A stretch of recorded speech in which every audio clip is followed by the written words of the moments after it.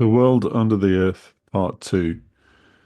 The biblical connection with pixies, piskies, leprechauns, and other legendary creatures. So I'm trying to understand what these legendary creatures, such as pixies, piskies, leprechauns, imps, elves, and so on, actually are. And in part 1 of this series, I decided that the clearest explanation of where these things come from is from the Irish sources, and I mentioned the Lebor Gabála Érenn, which is literally the Book of Ireland's Taking, and known in English as the Book of Invasions. And in this book, which is a collection of poems and prose narratives in the Irish language, it tells the story of the creation, or rather the history of Ireland and the Irish from the creation of the world up until the Middle Ages. And it says that Ireland was settled 6 times by 6 groups of people. Ireland, like Britain, was originally inhabited by giants who needed to be fought, and they seem to have been there from the time of the flood. So, to make it simpler, I've just produced this chart to show the 6 settlements or invasions of Ireland that happened after the flood. I'm probably not pronouncing things right, but the first people were called were led by someone called Cessair, daughter of Bith, who is a son of Noah in Irish folklore. Then there was someone called Partholon, who is descended from Noah through Magog. They inhabited Ireland after the Cessair, and they defeated some supernatural giants called the Fomorians, but eventually died of a plague. Then there was someone called Nemed, who was also descended from Noah through Magog, and they were defeated by the giants.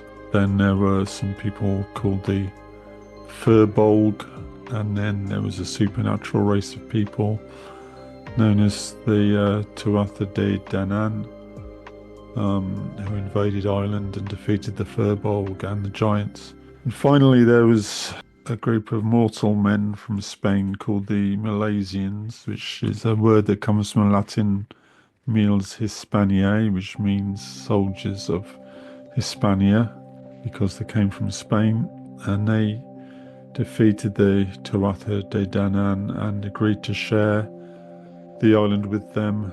The mortal Milesians took the world above, and Tuatha De Danann took the world below, which is called the underworld. So that's a quick run through.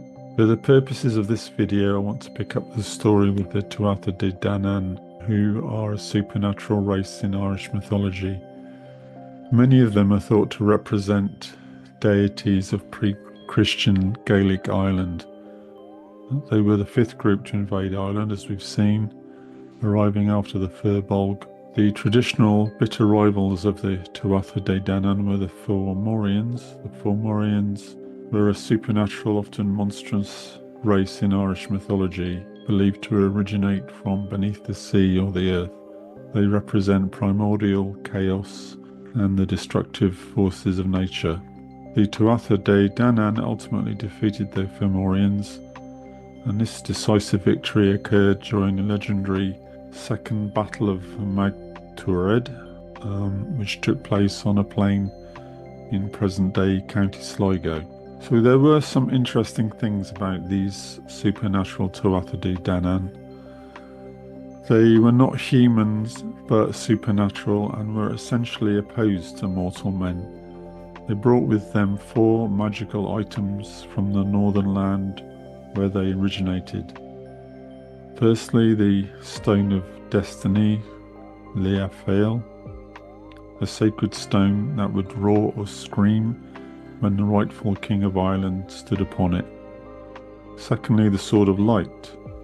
I'm sorry about my pronunciations, by the way, which I think is pronounced Cleom Solis, an unbeatable blade wielded by their king Nawada.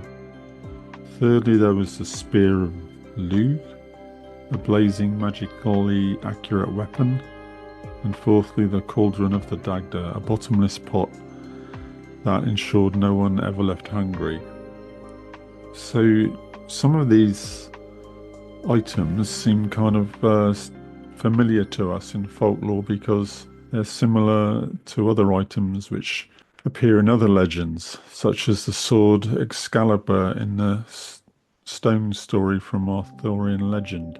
So when the mortal Milesians, the ancestors of the modern Irish people, invaded, the Tuatha De Danann were defeated, but it was agreed that the mortal Milesians would be allotted the portion above ground and a portion underground to the Tuatha De Danann.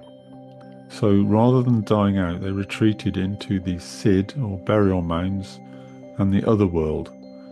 Over centuries, they evolved into the concept of Irish fairies. So this might all have sounded a bit complicated, but I think it's a good example of what happened to all the supernatural beings on the earth when mankind arrived. In the third and final part of this series, I want to show why the arrival of mortal man, Christianity, and the church gradually drove out the supernatural beings on the earth and drove them under the earth. So thank you for listening. If you found this video interesting, you can find more information at prophecy-workshop.com.